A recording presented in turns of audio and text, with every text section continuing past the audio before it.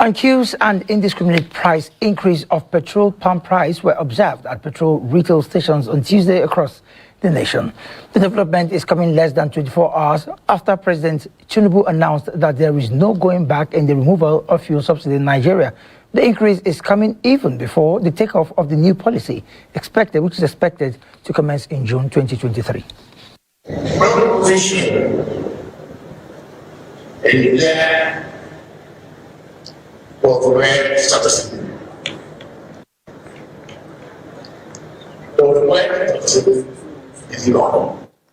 Immediately, President Bola Tinubu announced that his government will not subsidize petrol from July 1st.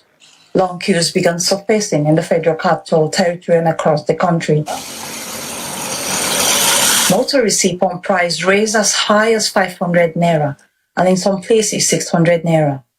In less than 24 hours of President Tinubu's position on fuel subsidy.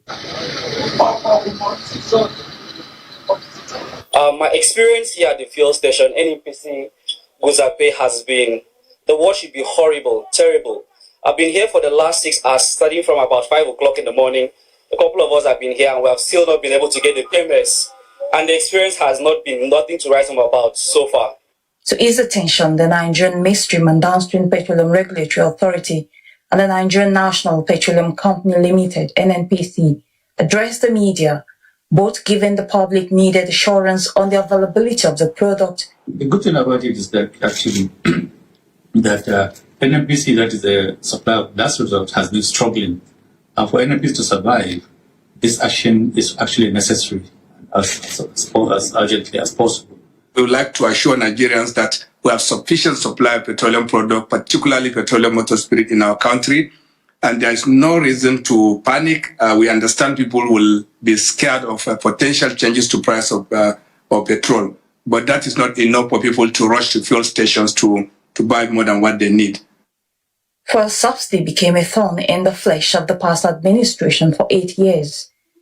According to Budget, a Nigerian civic organization that applies technology for citizen engagement with institutional improvement to facilitate social change, fuel subsidy rose from 316.70 billion naira in 2015 when the Buhari administration came into power to 4.39 trillion naira in 2022 and more than that in 2023. A few months to the end of the administration's lifespan. Will not be removed before the transition is completed. That's what it means. But then we have two laws that have inadvertently made the provision that we should exit by June. Subsidy became a sore point for the past administration due to the mixed reactions that accompanied each announcement of removal or discussion around its removal. While many believe the policy favored only the rich and few cabals in the sector, the ripple effect on goods and services made Nigerians uneasy. It's more to the benefit of average Nigerians than even the people who are shifting the goalposts and citing that it's because of the average Nigerians. Fuel is already expensive. So even if they remove the subsidy, what it will mean is that you can just drive into the filling station and buy it to be available because they removed it. Now that money, if transparently and accountably utilized, will mean that people will have access to some amenities that they don't have because of the amount of money that is going to subsidy. Government should not do anything hastily. Everybody must sit down and look at it clearly. If you look at the issue of subsidy today, we have heard it, right? But what has happened to the cost of living in the last 4 years? It has quadrupled.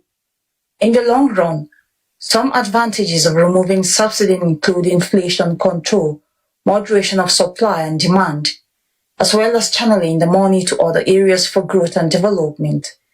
Meanwhile, for the immediate, the announcement has led to panic buying of the product, with citizens expecting another round of inflation. Because the fuel determines the cost of things in the market. So once there is scarcity or the fuel, the price is being hijacked, it virtually goes around every commodity in the market.